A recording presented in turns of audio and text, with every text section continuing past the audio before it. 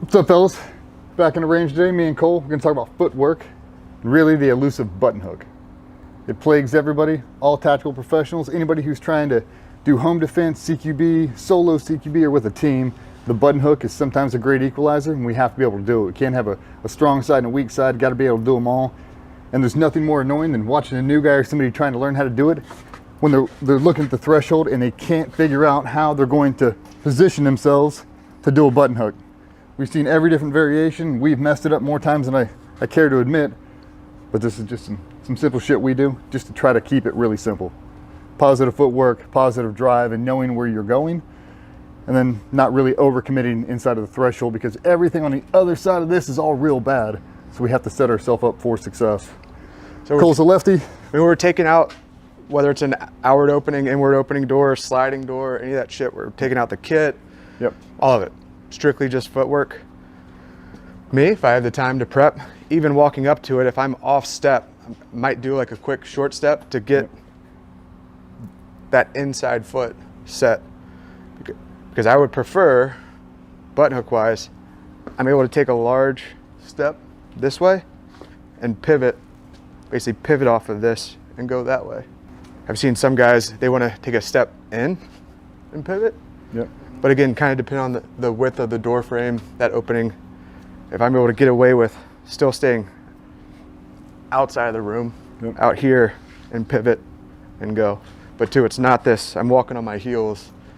It's an athletic kind of bent knee stance. Yep. And we get into it, workout stuff, but it's nice to, again, I'm connected, be able to turn and go.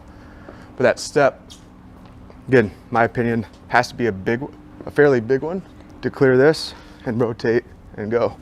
And some of the points of performance we hit on is guys when they put on kit or holsters, whatever else, is committing to the threshold and not being one of those guys who shortchanges it. Like that same step Cole's talking about, if I take it here, it doesn't translate to the same thing. Now I have to step, I have to re-step, I have to readjust. We're trying to make it just one smooth motion.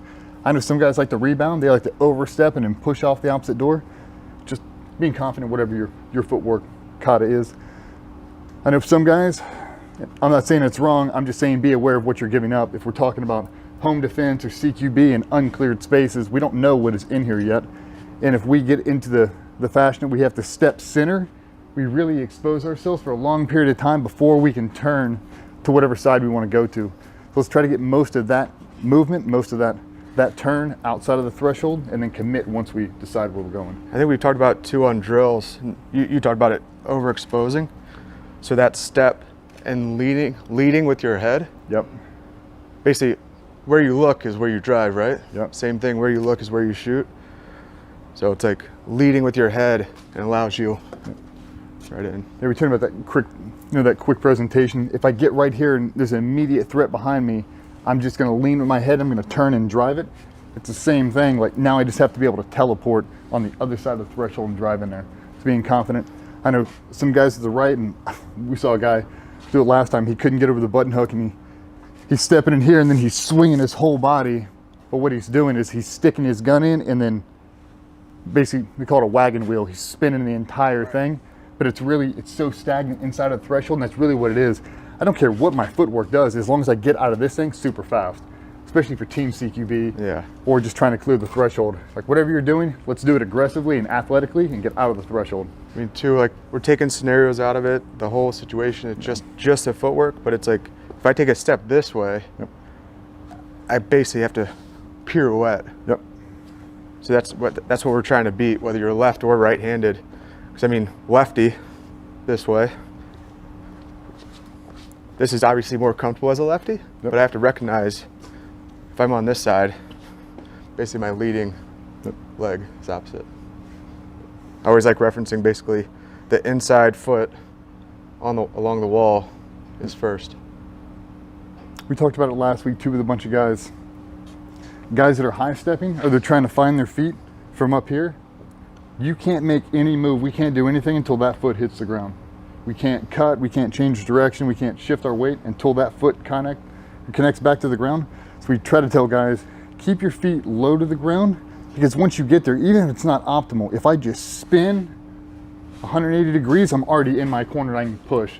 You can make up for a lot of sloppy footwork if you do it dynamic and with a purpose and knowing what the end state is. Like all Cole really gives a shit about is I have to go from this side to that side pointing that way. How do I do it efficiently? I'm gonna drive a foot and I'm gonna go. It's like, I can't tell you how many times I've slipped across the door frame because there's brass or rug or something, but that ball of that foot, even if I slip a little bit, it's like, have that heel to kind of push off of too. I mean, the little things. I mean, so for me, as I'm approaching this thing, however it's going down, if I know I'm going this way, I try not to overcommit. I know where I'm gonna go. I know where my shoulder has to go. And if it's a pistol, if it's just me, if it's just hands up and I'm going, I try not to think about it too much. I just try to get that positive step and then a drive into my corner and just being comfortable spinning my feet. That's a lot of the shit we talk about with not having these big boots on, because I feel like I don't have any proprioception and I feel like I can't spin. If I got a big heel strike boot, like a cowboy boot, I feel like I slip and I slide. So understand what you have